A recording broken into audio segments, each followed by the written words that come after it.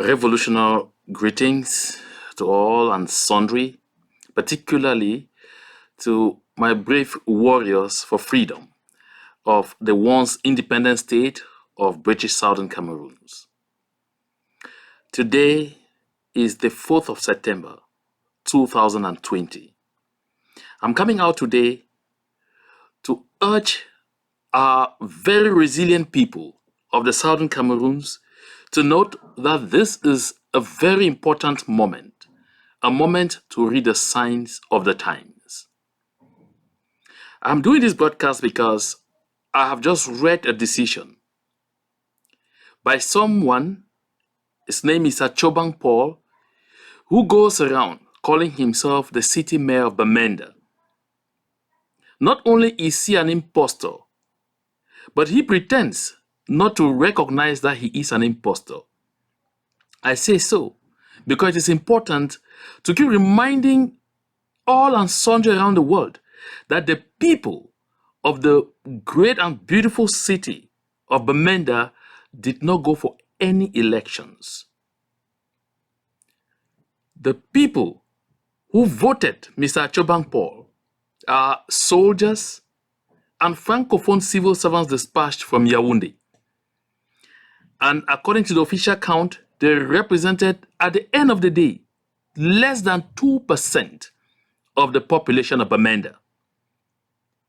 And I think that the actions that we are seeing from Mr. Achobang Paul this far demonstrate beyond reasonable doubt that he knows that he is not accountable to the people of the city of Bamenda, and for that reason, he only does what those that appointed him as city mayor in our city want him to do. Take note, ever since Mr. Achobang came to that city and claimed he is city mayor, what are some of the things he has done? Number one, we saw him seal people's shops and only started on sealing some of those shops when they took ransoms from traders, some to the tune of 100,000 and others to the tune of 50,000. These are already impoverished people, barely struggling, barely managing to earn a living. Yet someone who calls himself the city mayor, if indeed Achobang were elected by the people, he would never do such a thing, because he'll be working in the interest of those people, not against their interest.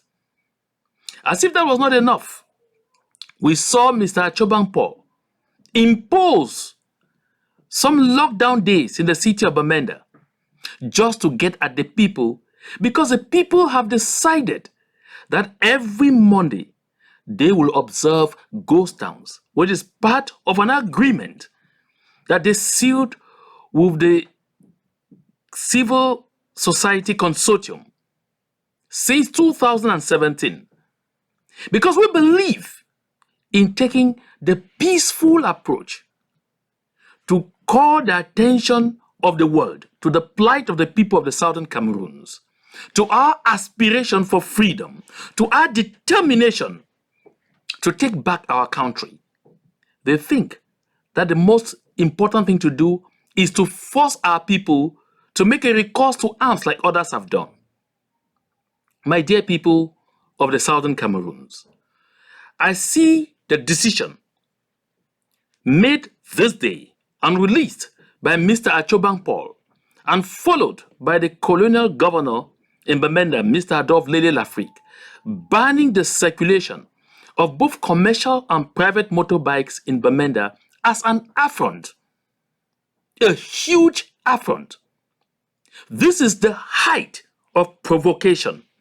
It is temptation.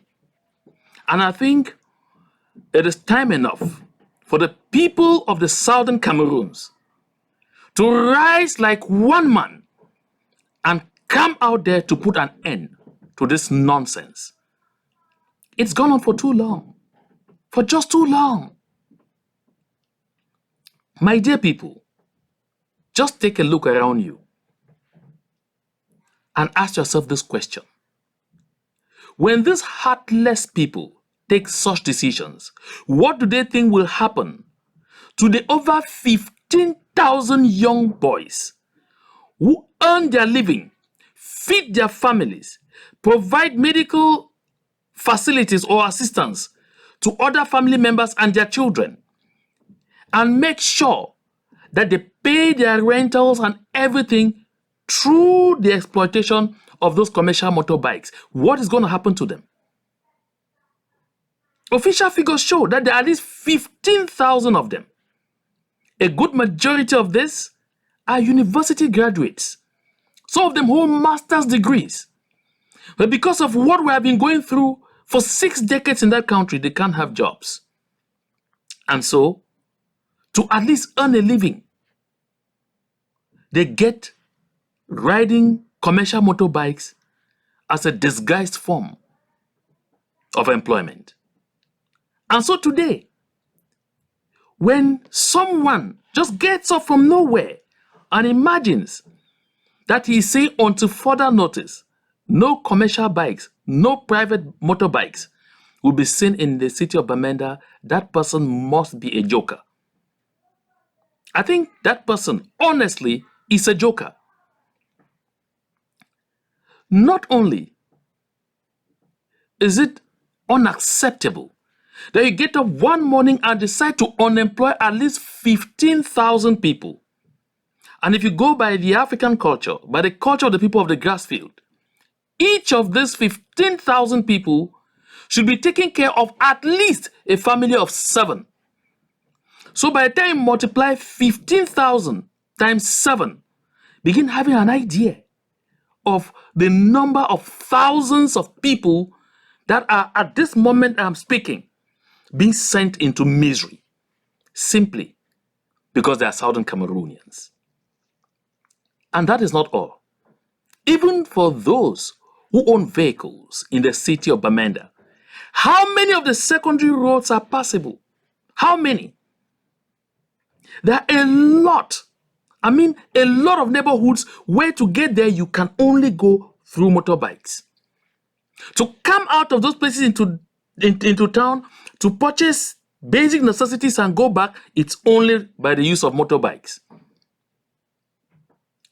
What do these people think is going to happen to some of those pregnant women who, when caught up, the only means they can be taken to hospital is on motorbikes? What will happen to them? I think this is a provocation too much. A provocation just too much.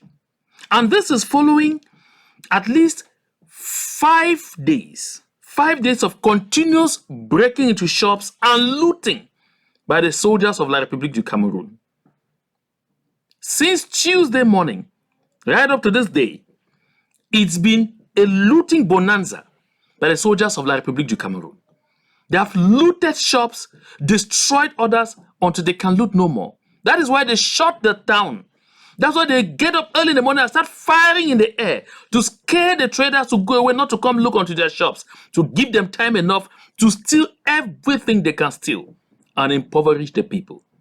And all someone who calls himself city mayor can do is to come and add insult to injury.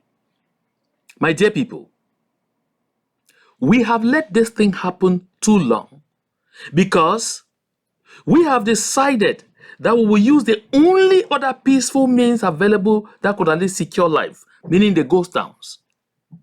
But today, more than ever before, this action, this unacceptable decision is a reminder of the fact that it is time for us to think of getting back into the streets. We have to take back our city. We have to take back our city from these occupying people. We have to take back our city from the colonial administration in Yaoundé. We have to take back our city from impostors who call themselves city mayors. We have to take back our city from those whose only design is to bring harm to our people.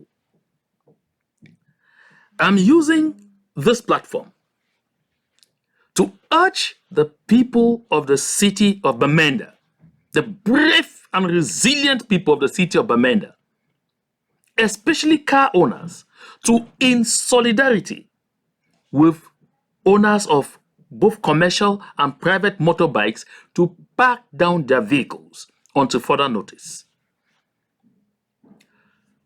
It is late Martin Luther King Jr. who said,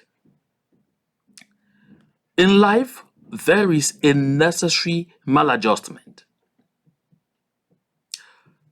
He calls it a necessary maladjustment, which means you are likely to do things that go contrary to what will normally be conventional wisdom. What do I mean by quoting him here? Just to say, those who have not been affected may think they are not affected, but indirectly you are affected. Take some degree of maladjustment by voluntarily deciding to park down your car. Park down your car until further notice. Let us go by the simple voluntary dictum. This is a call, a peaceful call on the civil society and the good people of the city of Bamenda. Park down your cars beginning Monday, when that decision comes into force, and take the operation no motorbike, no vehicles. We must remain solidly together. Solidarity has been the trademark of the brave people of the city of Bamenda, and we must continue to exhibit it. If there's ever been any time that we really need to show that solidarity, it is now. I'm not surprised that La République du Cameroon does this on the eve of October 1, the Independence Day of the people of the Southern Cameroons. They're beginning this tension right now because they think they should map out from this particular moment to create doubt, fear, and confusion in the minds of the people so that we will not come out to mark that important day in the lives of the people of the Southern Cameroons. We must deny them this.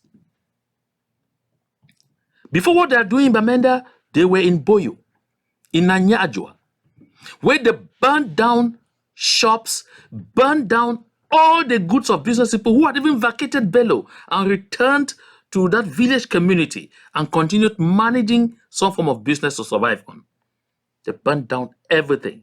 They reduced Anyajwa to a ghost village. And today, they have moved into the city of Bamenda. If we don't stop them, they will soon make sure we don't breathe even oxygen. My dear people, the time to go out back on the streets en masse, peacefully, again with peace plans, and let the world see, is now. We have had enough of this. We have had enough of this torture, when all we seek, all we are asking for, is the opportunity to take care of our own affairs.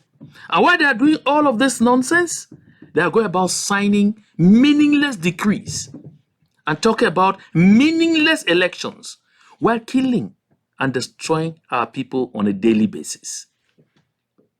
My dear brave people of the Southern Cameroons, let me say this.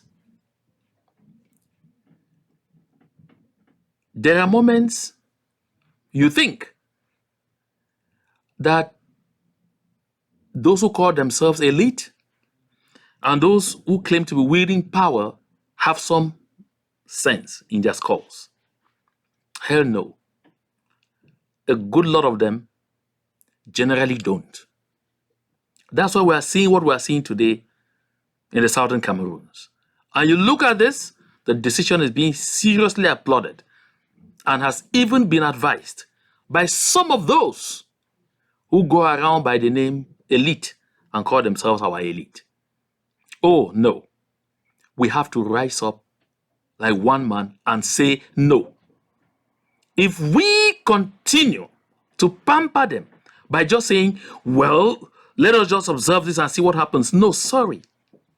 They are going to take it for granted.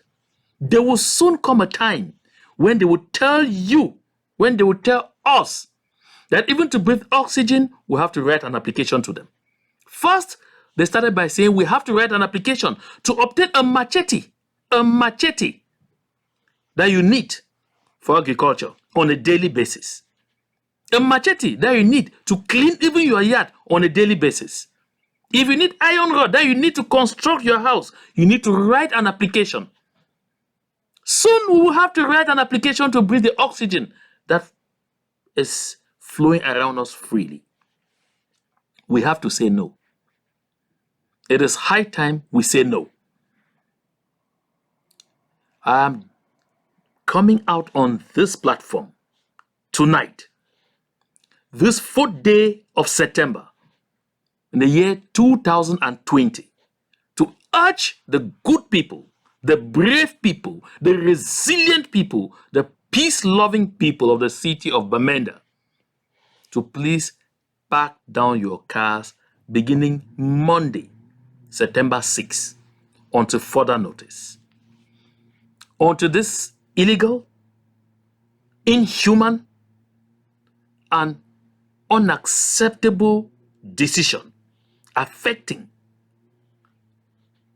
the sector of commercial motorbike riders is quickly withdrawn with apologies.